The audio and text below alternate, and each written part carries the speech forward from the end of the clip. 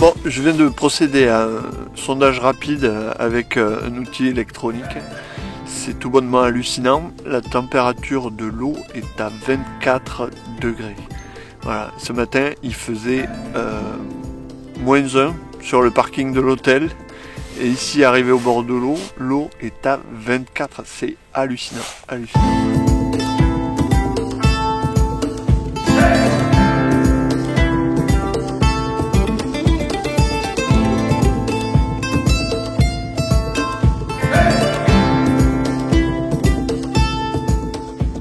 Salut et bienvenue en Espagne.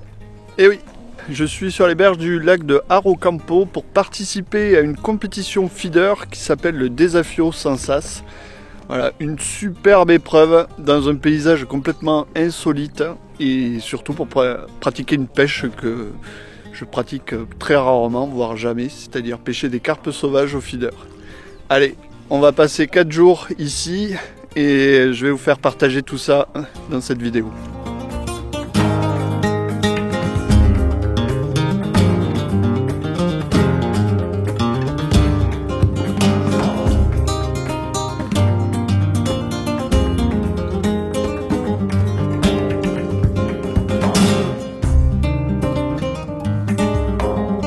Donc voilà, on est au milieu d'un champ, au bord du lac, au milieu des vaches aussi, donc c'est plutôt sympa. Premier jour d'entraînement, on est complètement à l'aile du secteur B. Alors le lac est vraiment artificiel, dans le sens où il sert à refroidir la station nucléaire. Il est creusé artificiellement, ça ressemble un peu à une gravière. Et le fait que l'eau soit chaude en permanence, on est quand même dans une région d'Espagne qui est parmi les plus chaudes d'Europe. Ici, l'été, il fait plus de 40 degrés, hein, donc voilà, là on est plein hiver. À la maison, ça gèle. Ici, il fait bon. On pêche des carpes dans une eau à 20 degrés. Quelque part, un petit goût de paradis quand même.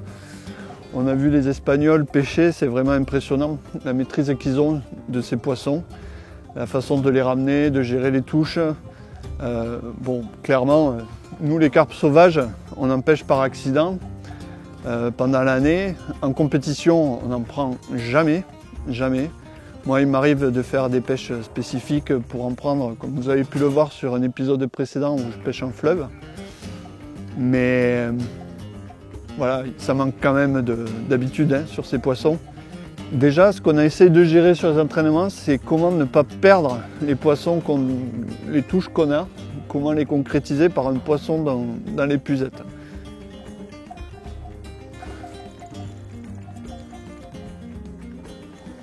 Et voilà, un petit moment d'inattention et premier poisson, hop, et voilà, décroché. Donc, c'est aussi une pêche où il faut aller vite, il ne faut pas perdre de temps pour sortir les poissons, pour relancer. La pêche, elle s'est fait vraiment très très court ce matin en arrivant. Il n'y avait pas du tout de visibilité avec le brouillard. La luminosité était très faible. Donc, voilà, j'ai encore de nouveau un poisson.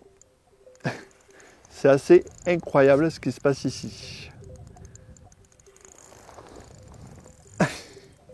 Alors à chaque fois, c'est une bagarre monumentale pour des poissons qui font dans les 1 kg, on va dire.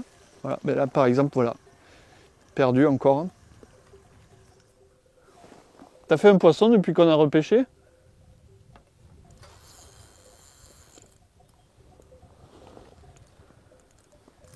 Oh là là, mais c'est fou quoi. Elles sont folles. C'est un truc de taré, hein. Ah non, hein. C'est un truc de dingue. Encore, ben là c'est cassé carrément quoi.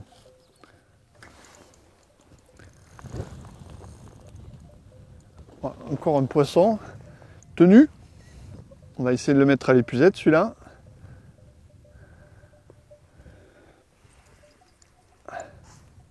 C'est fou. C'est un truc de fou ce qu'on vit ici. Il y a vraiment, c'est des bagarres monumentales. Alors en plus, c'est des poissons, la carpe, qui sont bagarreurs. Et en plus, là, on est dans des eaux qui sont plutôt chaudes. Donc ça leur donne encore plus de peps. Depuis que j'ai allumé la caméra, le ratio est vraiment pas bon. Ça fait 3 touches. Perdu. Un poisson tenu. Et en plus décroché à l'instant. C'est terrible ce qui nous arrive. C'est terrible. On a l'impression qu'on va pas faire un poisson. Allez, encore un poisson. Nouvelle tentative. 4e depuis... on n'attend pas beaucoup les touches en ce moment-là. C'est vraiment bien, mais le truc c'est qu'il faudrait arriver à sortir les poissons. Ce matin, on y arrivait un peu mieux quand même, il me semble. On n'avait pas trop de déchets. Et là, c'est vraiment compliqué.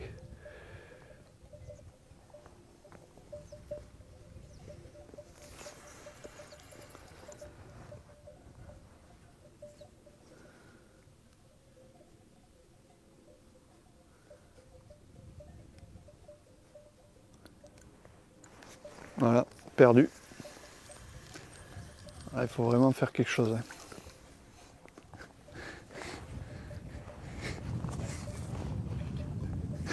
5-0 pour les carpes. C'est fou. C'est un truc de fou.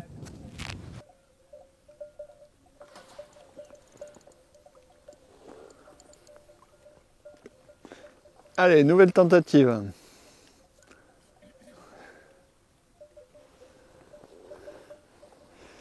Allez, tout à l'heure, j'ai pas encore eu l'opportunité de plonger l'épuisette dans l'eau. Nouvelle tentative. Pour l'instant, c'est bon, elle y est toujours. Celle-là, elle a l'air sympa. Ah!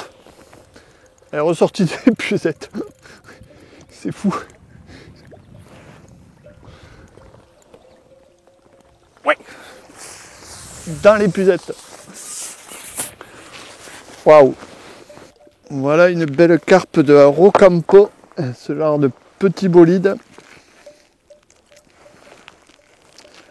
Ce genre de petit bolide qui nous donne vraiment du fil à retordre. Donc voilà, les poissons comme ça, et ça c'est plutôt un petit poisson, on va dire. Bon, c'est quand même des beaux poissons. Des poissons d'eau chaude qui ont du gaz. Et voilà.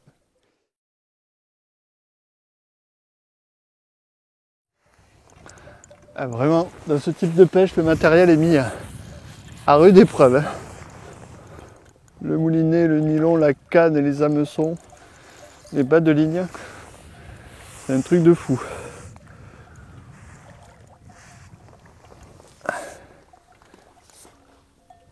Ouais, une de plus. Encore une petite carpe. Voilà. Super poisson, plein de jus, plein de vitamines. Allez. Oh là là là, c'est rush comète. Terrible.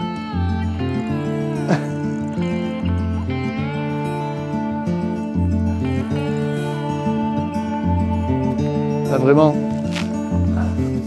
faire trop de temps. Voilà, c'est la voir. Et voilà. Encore un poisson.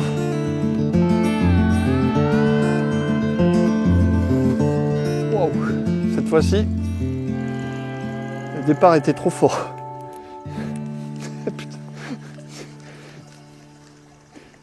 C'est terrible.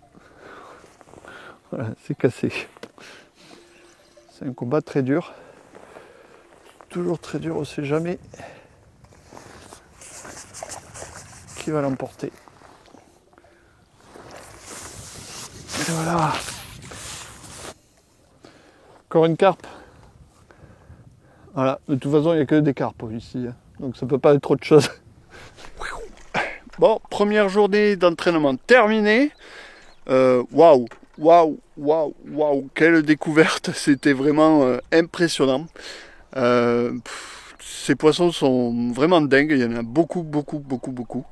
On a sans cesse amorcé, sans cesse mis du maïs, des asticots et puis plein d'autres rêches dans les cages et on a eu toujours autant de touches pratiquement. La difficulté qu'on a eue c'était surtout de pouvoir sortir les poissons qu'on touchait, ça vous l'avez vu dans les vidéos. Mais voilà, c'était vraiment waouh, on en a pris plein les yeux, vraiment c'était une journée de pêche incroyable pour nous. Quelle découverte cette pêche, vraiment très spéciale ici. Bon, ce soir je pense qu'on a un peu de boulot, on va préparer des hameçons, on va déjà charger tout le camion, je crois qu'on n'est pas trop en avance. Et puis rentrer à l'hôtel, faire une bonne nuit de sommeil, et puis demain on se retrouve pour une nouvelle journée d'entraînement, tout à fait à l'opposé du lac, de l'autre côté.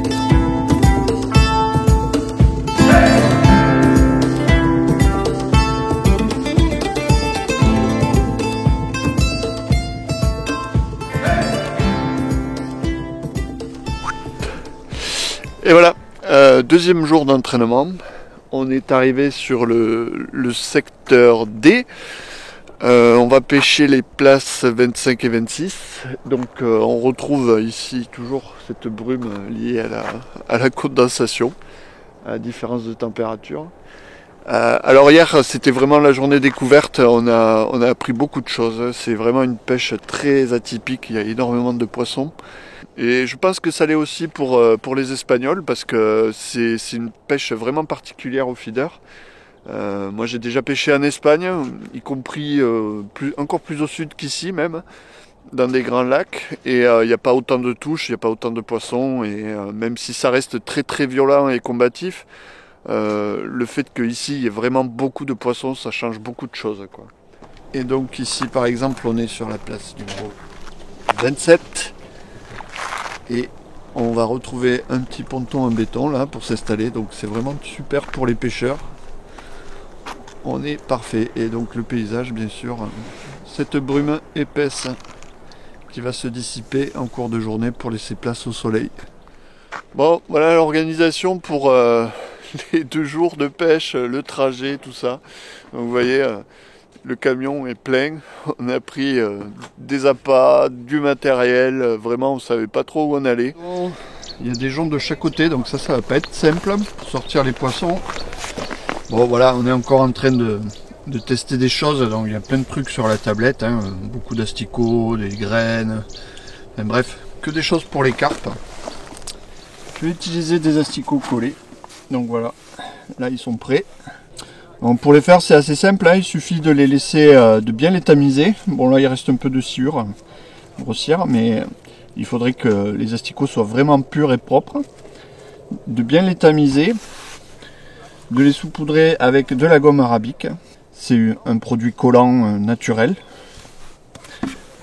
2-3 petits coups de vapeau, on mélange, on laisse agir la colle et après on obtient ces asticots qui se collent les uns sur les autres. Donc ça c'est une technique qu'on utilise assez peu en France, mais qui peut être très intéressante partout où il faut pêcher sans amorce. Par exemple dans les rivières avec les eaux claires, hein, pour sélectionner des chevennes ou des barbeaux. Donc ça c'est vraiment très intéressant. Et en Espagne c'est une technique qui est extrêmement populaire pour pêcher les carpes. Ça fait 1h30 que l'entraînement a débuté. C'est assez compliqué. Moi je n'ai pris que un poisson, donc vraiment difficile. Le secteur ne ressemble pas du tout à ce qu'on a pêché hier. Ici il y a plus d'accros, il y a un peu plus de profondeur aussi et apparemment beaucoup plus de carnassiers. Donc cette zone là a priori est un peu moins bonne que les autres. Donc voilà, il nous reste en gros toute l'après-midi là pour essayer de trouver des solutions. Peut-être essayer de pêcher un peu plus simple, un peu plus posé. On va voir ça. Bon, l'entraînement se poursuit. Après avoir discuté avec voilà, le genre de poissons qu'on prend ici, ils sont légèrement plus petits. Mais c'est quand même un coin qui est plus difficile. Hein. Il y a des accros. On voit bien que les poissons sont perturbés. Voilà. Et les poissons sont aussi plus petits que sur l'autre secteur. L'entraînement se termine avec cette jolie carpe. Voilà, j'espère que j'en prendrai plein ce week-end comme ça lors de l'épreuve. Aujourd'hui c'était pas une journée facile, mais voilà, bon, on verra en fonction du tirage, mais déjà d'être ici c'est super, c'est une super expérience vraiment.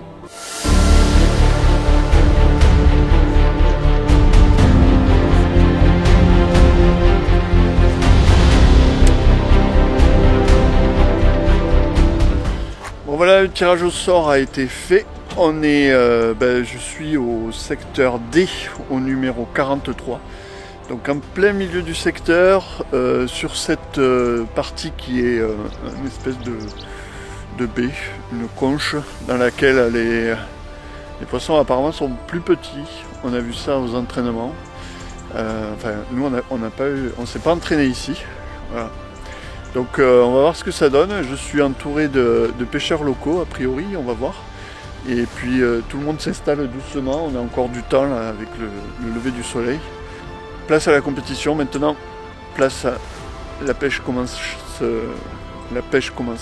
h, place à la compétition. Allez, résultat ce soir, on va voir, on va tout donner.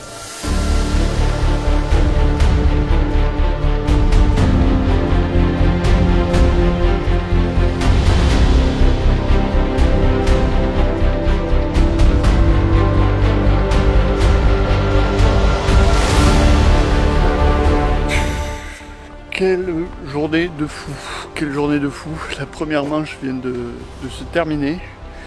Comme on dit, j'ai beaucoup appris. Alors voilà, bon, je ne suis pas dernier du secteur, mais par contre voilà, je suis avant-dernier avec 20 kg de carpe. Voilà, donc ça laisse quand même songeur. Ça laisse aussi voir les capacités de ce parcours, c'est tout bonnement hallucinant. Par contre, ce qui est bien, c'est que vraiment, j'ai pris mon pied. C'était extraordinaire, beaucoup de touches de carpe, alors beaucoup de décrochages, de quelques casses aussi. Mais dans l'ensemble, je suis plutôt content parce que j'ai quand même enlevé beaucoup de déchets, beaucoup de décroches par rapport aux entraînements. Donc ça c'est vraiment le point positif aujourd'hui. Après à 2 places de moi, ça se gagne avec 40 kg de carpe, donc 2 fois plus que moi. Tout bonnement hallucinant. C'est Roberto Rodriguez qui est un très très bon pêcheur espagnol qui gagne donc le secteur aujourd'hui. Il a même pêché dans les pieds à 4,50 m du bord.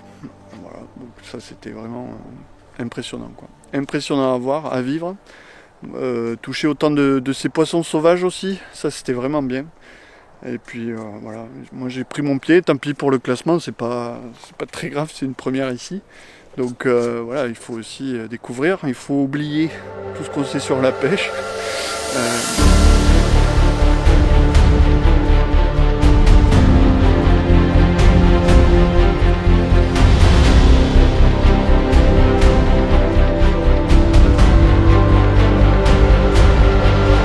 Deuxième jour de compétition. Alors aujourd'hui je suis au secteur A, au numéro 7. Voilà, plutôt bien installé sur un ponton en béton. Alors ce secteur là hier c'est gagné avec plus de 60 kg de poissons. C'est tout bonnement ahurissant. 60 kg de carpe au mois de janvier. Voilà, c'est incroyable, incroyable. Alors bon, aujourd'hui, je sais pas si je vais arriver à faire 60 kg, franchement ça me semble complètement insurmontable. Vu ce que j'ai fait hier qui n'était pas très bon, du coup je vais me prendre du plaisir, toucher des poissons, essayer de faire du poids, on va voir à la fin, mais bon, voilà. Après sinon, sur la première manche, on a quand même quelques pêcheurs français qui ont fait des très bons résultats. Donc ici sur le secteur A, Christophe Catelin a fait second. Sur mon secteur, le secteur D, Cédric Amaury a fait second aussi. Et sur le secteur C, mon partenaire de club Michael Letcher a gagné. Voilà, aujourd'hui il va jouer la gagne sur l'autre secteur, le secteur B, qui est en continuité de celui-ci. Donc voilà, à suivre ce soir les résultats. J'espère qu'il y aura des bonnes places pour nos Français. Allez, moi je finis de m'installer et puis on voit ça, on fait le point ensemble. C'est juste magique, avec 2 jours d'entraînement fabuleux. on est tombé sur des places un peu délicates quand même, sur les extrémités, où il y avait des beaux poissons. Et en fait, chaque jour a changé un petit peu. Votre stratégie pour la compétition? La stratégie, en fait, elle était simple. Bon, il fallait trouver, on va dire, le bon ratio, prendre le temps pour amener quand même les poissons, pas perdre de temps, avoir la bonne compétition alimentaire pour avoir des vraies touches, pas mettre trop d'appât, sinon les poissons ils devenaient fous. Content? Très content, c'est un endroit magique au mois de janvier, venir ici, il y a le beau temps, les gens sont super, l'ambiance est super, la pêche est juste extraordinaire. On n'a jamais vu ça en France, nulle part, c'est un endroit de fou. Toutes nos félicitations. Merci beaucoup, c'est vraiment top. Merci à vous et bravo à tous les organisateurs et toutes les personnes qui sont là, qui ont permis que cette compétition ait lieu. Voilà, fin du Desafio Feeder, fin de la compétition. Pour moi, ça a été encore une journée un peu compliquée, on va dire. Mais surtout, mon compagnon de club, Michael, est le champion du Desafio Feeder cette année. Donc c'est lui qui remporte l'épreuve. Et voilà. Alors Mika, j'imagine que tu es content? Franchement, super content. On est venu là pour se faire plaisir. C'est vraiment une épreuve à découvrir, c'est juste extraordinaire. Au mois de janvier, prendre des poissons en masse comme ici. Ouais. T'as fait combien de kilos aujourd'hui? Aujourd'hui, je crois 48 kilos, il me semble, battu de 300 ou 400 grammes, je sais plus. Donc tu fais deuxième. Tu as gagné hier. Ouais. Avec combien de kilos? Hier, je crois 30 kilos, trentaine de kilos. Voilà, donc on est fin janvier. Et voilà, et on prend autant de poissons. Alors moi j'ai fait avant-dernier de mon secteur, c'est aujourd'hui, avec 30 kilos quand même. Donc bon, ça laisse quand même entrevoir le potentiel de ce lac. Voilà, puis bon, super content d'avoir partagé ça avec Mika. C'est clair, carrément, c'est réciproque. Une belle victoire. Franchement, ça fait une ligne de plus sur le palmarès pour Mika et un petit peu pour le club aussi. Donc c'est très bien. Okay. On est vraiment fiers de ce résultat. Ouais, je pense qu'on peut remercier Angel Rodriguez de nous avoir reçus, d'avoir tout organisé ici. C'est vraiment génial. Puis surtout, on se sent privilégié d'avoir pu profiter de ce lac pendant 2 jours. Moi, j'ai eu l'impression de pêcher en Amazonie. C'était incroyable, incroyable. Voilà, il y a des poissons partout, des beaux poissons, des sacrés combattants. C'est clair, des vrais guerriers. Des vrais guerriers. C'était la guerre. Et puis, comme je disais tout à l'heure, en fait, quand le sifflet a retenti à la fin de la manche, j'étais même déçu que ce soit si tôt. C'est clair, les 5 heures, elles sont passées en vitesse 2-2. La compétition a été magique, les 2 jours d'entraînement étaient franchement intenses. Je crois qu'on s'est jamais retrouvé à monter autant d'hameçons. Ouais, c'est ça, on a monté plein d'hameçons, mais des trucs qu'on n'utilisera pas chez nous, ça c'est sûr. C'est clair. Bon, voilà, c'est tout pour le Desafio 2022. On espère vraiment pouvoir participer à l'édition 2023 au mois de janvier, revenir ici en Espagne, dans le sud de l'Espagne et profiter de ce lac unique, il n'y a pas d'autre mot. Voilà. Allez, je vous donne rendez-vous dans une prochaine vidéo et puis d'ici là, on va essayer de retourner pêcher les gardons et les plaquettes. Les gardons et les plaquettes. Allez, à plus. À bientôt.